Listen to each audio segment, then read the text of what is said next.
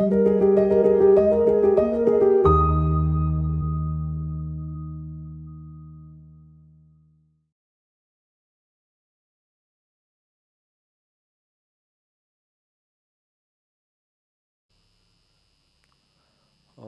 students, so let's continue our discussion on thermodynamics. JEE advance के कुछ questions अपन यहाँ पे डिस्कस कर रहे हैं. चलिए, वैसे ये जो क्वेश्चन है ये जेई एडवांस में आया हुआ तो नहीं है, बट आप कह सकते हैं कि उसी लेवल का है और अच्छा क्वेश्चन है. देखिए, ध्यान देंगे थोड़ा. बोल रहा है कि 5 mole of an ideal gas expand isothermally and reversibly from a pressure of 10 atm to 2 atm at 300 Kelvin. What is the largest mass which can be lifted through a height of 1 meter in this expansion? और ये 4 options अपने को दे रखे हैं. मतलब work done हुआ. Work done calculate अपन करते हैं, बहुत नॉर्मल सी बात है. दो टाइप का वर्क डन कैलकुलेट करते हुए आ रहे हैं. वर्क डन को फिर यूटिलाइज करने वाले कई सारे क्वेश्चंस आपको देखने को मिलेंगे. कभी उसी वर्क डन का यूज करके वो बोलेगा वाटर को हीट करो और वाटर का कितना टेम्परेचर बढ़ गया ये बताओ. यहाँ पे क्या किया है इसने कि जो वर्क डन है उस वर्क डन से कह रहा है कि उतने वर्क से हम अगर एक, ये कह रहा है कि एक बॉल को अगर आप लिफ्ट करना चाहें तो कितना मास को आप लिफ्ट कर सकते हैं, एक लार्जेस्ट मास कितना लिफ्ट कर पाएंगे 1 मीटर तक. ठीक है, तो आपको पता है बेसिकली कि फिजिक्स में देखते हैं हम लोग कि जो वर्क डन हमारा है जब किसी चीज़ को लिफ्ट करते हैं up to a height h, तो that is the mgh. Okay, उसी कॉन्सेप्ट का थोड़ा सा यूज करना होगा. सबसे पहले वर्क डन अपन फाइंड आउट करते हैं आइसोथर्मल और रिवर्सिबल प्रोसेस के लिए. हमें पता है work done for isothermal and reversible process, यहाँ पे नॉर्मल पीवी वर्क डन नहीं होगा, एक्सपेंशन की बात है तो माइनस 2.303 nRT लॉग, किसके टर्म्स में, प्रेशर के टर्म्स में दिया है तो P1 बाई P2 कर दीजिए. मैंने पहले भी बताया हुआ है कि आप P2 बाई P1 करो या P1 बाई P2 करो, वो आपकी मर्जी है. मॉड लगा लेना, प्लस माइनस अपने हिसाब से एडजस्ट कर लेना जैसा वर्क डन दे रखा हो. एक्सपेंशन है तो निगेटिव लगा देंगे. ओके, नाउ माइनस 2.303, सीधा formula based question. Number of moles कितना दे रखा है, 5 दे रखा है. अगर आपको ये जूल में चाहिए तो 8.314 ले लीजिए, है ना. टेम्परेचर कितना दिया, 300 केल्विन दिया टेम्परेचर. और इसके अलावा अगर अपन बात करें तो हमें दे रखा है लॉग P1 दे रखा है 10 atm, और तो 10/2 कर देते हैं इसको. ठीक है, फाइनली इसमें माइनस 2.303 इंटू 5 इंटू 8.314 इंटू 300, और ये कितना आ जाएगा स्टूडेंट्स, log 5 का वैल्यू 0.7. तो जब आप इसको कैलकुलेट करेंगे तो आ जाएगा अपने पास 20104 के आसपास आएगा. आप एक बार देख लेना कैलकुलेशन. ये हमने क्या किया, नॉर्मल अपना आइसोथर्मल और रिवर्सिबल वर्क डन निकालना था वो निकाल लिया. आप ऐसे क्वेश्चंस काफ़ी कर रखे होंगे पहले से. अब ये जो वैल्यू आई ये किस में आ गया, बेसिकली ये आ गया कि इतना जूल का वर्क डन हुआ, इतने जूल का वर्क डन हुआ. अब क्या बोला है इसने कि what is the largest mass which can be lifted through a height of 1 meter in this expansion. तो ये जब एक्सपेंशन चल रहा है, जो वर्क डन हो रहा है, इसी को यूटिलाइज करके आपको एक मास को लिफ्ट करना है. ठीक है ना. तो मास को लिफ्ट करने के लिए जो वर्क डन यूज करते हैं अपन, वो क्या होता है, W=mgh,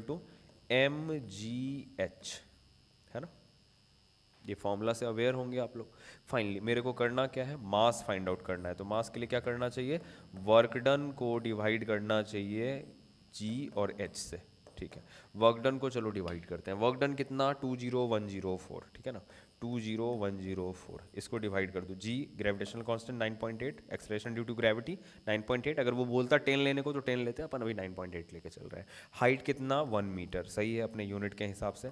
फाइनली जब आप इसको सॉल्व करेंगे तो सॉल्व करने पे थोड़ा अप्रॉक्सीमेट आंसर अपने को यहाँ पे कंसीडर करना पड़ेगा. अपने पास आता है लगभग 2050 पॉइंट समथिंग आता है, 0.2 या 0.3 ऐसा कुछ आएगा.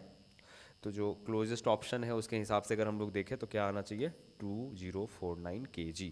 तो मतलब 2049 kg मास को अपन उठा सकते हैं. अगर कहीं पे एक्सपेंशन चल रहा है तो उसी वर्क डन का यूटिलाइज करके अपन इतने भारी मास को उठा सकते हैं. ओके, तो ऐसे क्वेश्चंस कई सारे आते हैं कि वर्क डन को बोलेगा यूटिलाइज करने के लिए किसी और केस में, तो थोड़ा सा ध्यान रखना पड़ेगा. तो जेईई एडवांस का तो क्वेश्चन नहीं है PYQ, बट एक बढ़िया क्वेश्चन है यहाँ पे इंक्लूड करने लायक. चलिए नेक्स्ट वन. चलो, बहुत ही बढ़िया क्वेश्चन है और ये जेई एडवांस 2010 में आया हुआ क्वेश्चन है, काफ़ी बेहतरीन वर्क डन के बेसिस पे बहुत ही अच्छा क्वेश्चन। देखिए बोल रहा है कि 1 mole of an ideal gas is taken from A to B along 2 paths denoted by the solid and dash line. ये दो टाइप के वर्क डन को ये प्लॉट रिप्रेजेंट कर रहा है, एक डॉटेड लाइन से आप देख सकते हैं और एक ये सॉलिड लाइन से, ठीक है ना। ये जो कर्व वाला है ये सॉलिड लाइन से, बाकी ये डॉटेड लाइन से। और आपको कर्व देखते ही आइडिया लग गया होगा, अगर थोड़ा बहुत चैप्टर के बारे में आइडिया है तो, कि कर्व जैसे ही बना तो वो आइसोथर्मल एंड रिवर्सिबल प्रोसेस की बात हो गई। हम लोग जनरली वर्क डन पी भी निकालते हैं, पी डेल्टा भी, तो उस टाइम पे कांस्टेंट प्रेशर पे वर्क डन कैलकुलेट करते हैं। और जब प्रेशर भी चेंज हो रहा हो और वॉल्यूम भी चेंज हो रहा हो तो हम बोलेंगे ये तो आइसोथर्मल वाला केस है ना। तो आइसोथर्मल एंड रिवर्सिबल के लिए हम लोग फॉर्मूला अलग यूज करते हैं, बाकी ये नॉर्मल पीवी वर्क डन है, ठीक है। चलो अब देखो यार, पहले मैं क्या करता हूँ, कर्व वाले का ही निकाल लेता हूँ। वर्क डन इसने कहा है डब्ल्यू डी से रिप्रेजेंट करिए आप, जो डॉटेड लाइन है वो डब्ल्यू डी और जो सॉलिड लाइन है उसको एस, और एंड में W D by W S निकालना है। सिंगल इंटीजर टाइप क्वेश्चन आया था, जो नियरेस्ट इंटीजर आएगा दोनों का रेशियो लेके वो बताना है। चलिए वर्क करते हैं इस पर हम लोग। फाइनली वर्क डन पहले निकाल लेते हैं सॉलिड लाइन का ही, ठीक है ना। वर्क डन पहले डब्ल्यू एस निकाल लेते हैं, और ये डब्ल्यू एस आपको पता है कि वर्क डन आइसोथर्मल प्रोसेस का है, आइसोथर्मल और रिवर्सिबल प्रोसेस है। क्या हो रहा है इस कर्व में, ए से स्टार्ट करा है और बी तक गया है। तो जब ए से बी तक गया है तो आप देख सकते हैं कि वॉल्यूम बढ़ रहा है, वॉल्यूम बढ़ रहा है प्लॉट के अकॉर्डिंग। तो जब वॉल्यूम बढ़ रहा है तो एक्सपेंशन का मामला है, एक्सपेंशन का मामला है तो निगेटिव वर्क डन होगा। -2.303 NRT log V2 by V1 यहाँ पे ले लेते हैं, ठीक है। अब देखिए -2.303, कई बार स्टूडेंट्स आप लोग इस टाइप के क्वेश्चंस को जब बनाते हैं तो होता क्या है कि अपने को टेम्परेचर की वैल्यू दे दिया तब तो अच्छी बात है, तब तो एनआरटी लेके चल लो, लेकिन इसने देखिए कहीं पे भी टेम्परेचर को मेंशन नहीं किया है। और अगर टेम्परेचर को मेंशन नहीं करे तो हमें क्या करना चाहिए, एनआरटी को पीवी से रिप्लेस कर देना चाहिए। और नहीं तो फिर क्या करिए, इनिशियल एक पॉइंट पे टेम्परेचर फाइंड आउट करके यहाँ पुट कर दो, बात वही पढ़ने वाला है। पीवी इजकल टू एनआरटी है ना, तो पीवी इजकल टू एनआरटी, तो उस हिसाब से टी जो हो पीवी बाई एनआर हो जाएगा। तो इससे अच्छा क्यों नहीं मैं इस एनआरटी को ही पीवी लिख दूँ इनिशियली, है ना। सो 2.303 NRT PV log V2 by V1।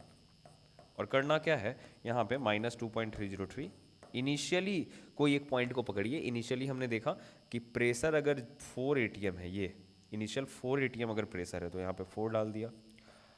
और 4 ATM पे अगर कॉरेस्पॉन्डिंग वॉल्यूम की बात करें तो कॉरेस्पॉन्डिंग वॉल्यूम जो है स्टूडेंट्स, थोड़ा सा डायग्राम में हो सकता है कन्फ्यूजन हो आपको, आप जरा सा वेरीफाई कर लीजिएगा अपने टेक्स्ट बुक में या आप जो क्वेश्चन बैंक अगर आपके पास है तो। ये मेनली ये 0.5 इस जगह को ही रिप्रेजेंट कर रहा है, ये 0.5 के लिए है ये पॉइंट, ठीक है ना। ये 0.5 ही है यहाँ पे। ऐसा लग रहा है अपने को कि कर्व थोड़ा आगे हो गया है, लेकिन नहीं, एग्जैक्टली ये 0.5 है। तो 0.5 इसका वॉल्यूम आ गया इनिशियली। और log V2 by V1, log V2 by V1 का मतलब कि आप स्टार्टिंग कहाँ से किए और एंड कहाँ पे किए। एंड आपने किया फाइनल वॉल्यूम 5.5 और स्टार्टिंग कहाँ से किया 0.5 से, तो 5.5 बाई 0.5, ठीक है ना।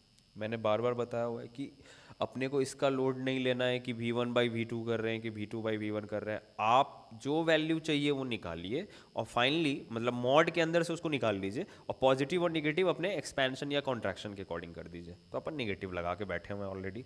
फाइनली यहाँ से ये आ गया -2.303 इंटू 4 इंटू 0.5 इंटू log 11 आ गया ये, है ना। ठीक है, अब log 10 की वैल्यू जो होती है वो 1 होगा, log 11 का वैल्यू वही हो जाएगा अपना 1.01 के आसपास, तो इसको 1 ही ले लेते हैं हम लोग। अगर इसको 1 लगभग लेके चलें तो क्या होने वाला है, 2.303 में 2 से मल्टीप्लाई हो जाएगा तो ये आ जाएगा -4.6 के आसपास आएगा। वैसे भी अपने को एक अप्रॉक्स आंसर लेके निकालना है तो -4.6 के आसपास आएगा। यूनिट का ध्यान देंगे, ये ATM लीटर में आया है, ये ATM लीटर में आ गया। तो आपने क्या किया, पहले वर्क डन जो इस प्लॉट का था, इस कर्व का था, वो आपने निकाल लिया, ठीक है ना। तो सॉलिड लाइन वाला वर्क डन निकल गया। अब बात करते हैं डॉटेड लाइन का। अब देखो यार, डॉटेड लाइन में अगर हम लोग बात करें स्टूडेंट्स तो थोड़ा सा समझ लेना इसको। डॉटेड लाइन में अगर हम लोग बात करें तो क्या क्या चीज़ें हो रही हैं। पहला स्टेज ये है फर्स्ट, ये रहा सेकंड, नीचे आया, फिर इधर गया थर्ड, है ना, फिर ये रहा, ये फिर एक नीचे आया एक स्टेज और फोर्थ, और ये रहा फिफ्थ, और शायद इसके बाद भी नीचे गया है। खैर, अब अगर आप देखें ये जो 5 स्टेजेज में ये वर्क डन हुआ है कांस्टेंट प्रेशर पे या कांस्टेंट वॉल्यूम पे, थोड़ा ध्यान देना। अगर हम लोग फर्स्ट स्टेज की बात करें तो वॉल्यूम में चेंज आया, इसका मतलब यहाँ पे वर्क डन होगा। यहाँ पे वॉल्यूम कांस्टेंट है सेकंड वाले स्टेज में, तो वर्क डन नहीं होगा। फिर थर्ड में वर्क डन होगा, फोर्थ में नहीं होगा, फिर फिफ्थ में वर्क डन होगा, ये सिक्स्थ अगर माने तो इसमें नहीं होगा।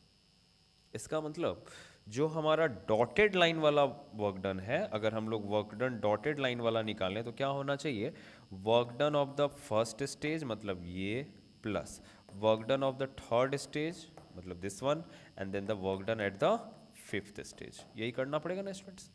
एक मिनट यार, ये विजिबिलिटी का थोड़ा सा देख लो। ओके, या नाउ फाइनली तो first stage, third stage and fifth stage, उस पर वर्क डन होगा।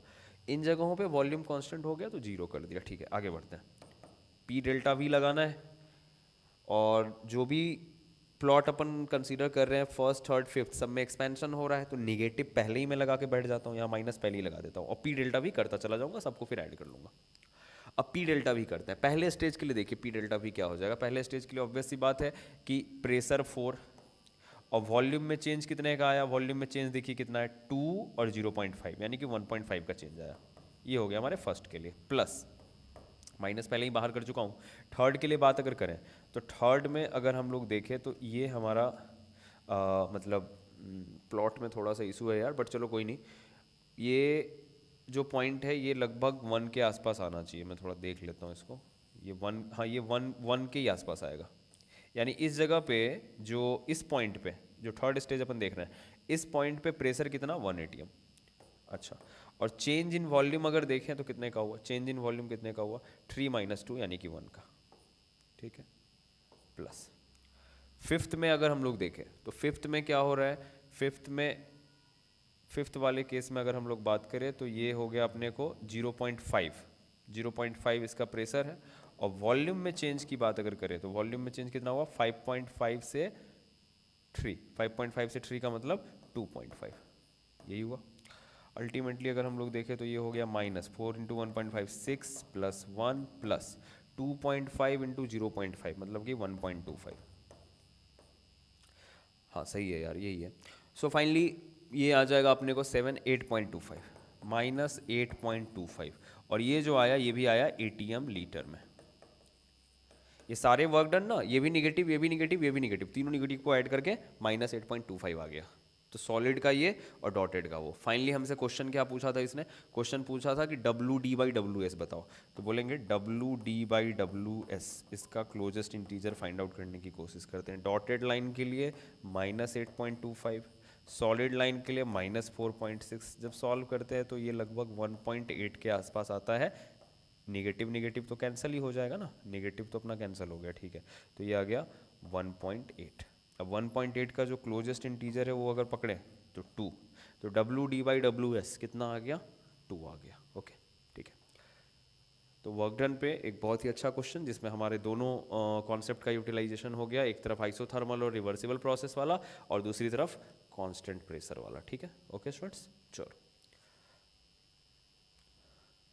okay, so let's close the session. Thank you. Thank you.